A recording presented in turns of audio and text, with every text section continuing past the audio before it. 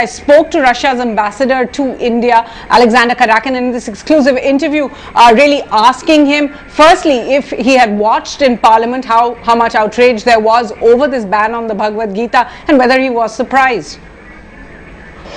I'm not surprised at all, and I think it is quite correct and well done that the government of India has reacted in this way, because like Russia, India is also a democratic, secular and multi-confessional country, and our two governments should not allow such things to happen.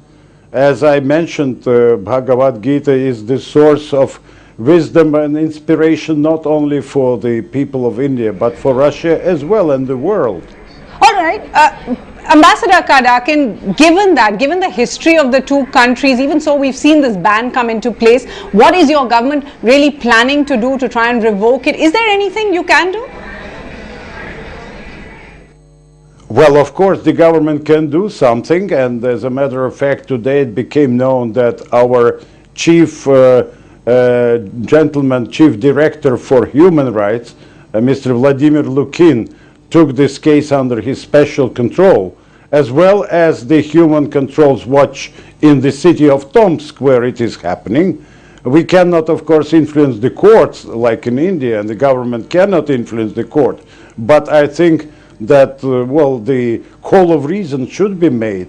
That's why I just, maybe it is not very diplomatic, but I termed those vested interests in Tomsk, or those Gauli obscurantists, I call them madmen, because this madness should be stopped.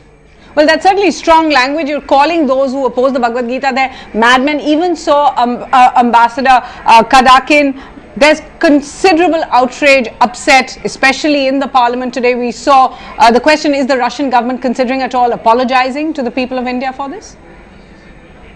Well, but nothing has been committed by the Russian government. It is not the Russian government that started the case.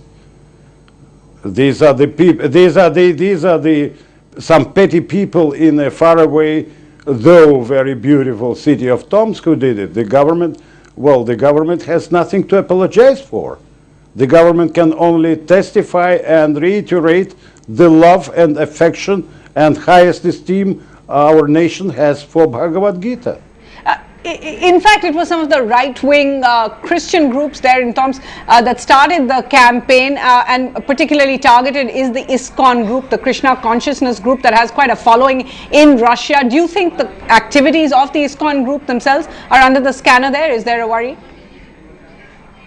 Oh no, I wouldn't say so. I would not discuss anything dealing with the ISKCON, with the ISKCON movement. It's a separate story.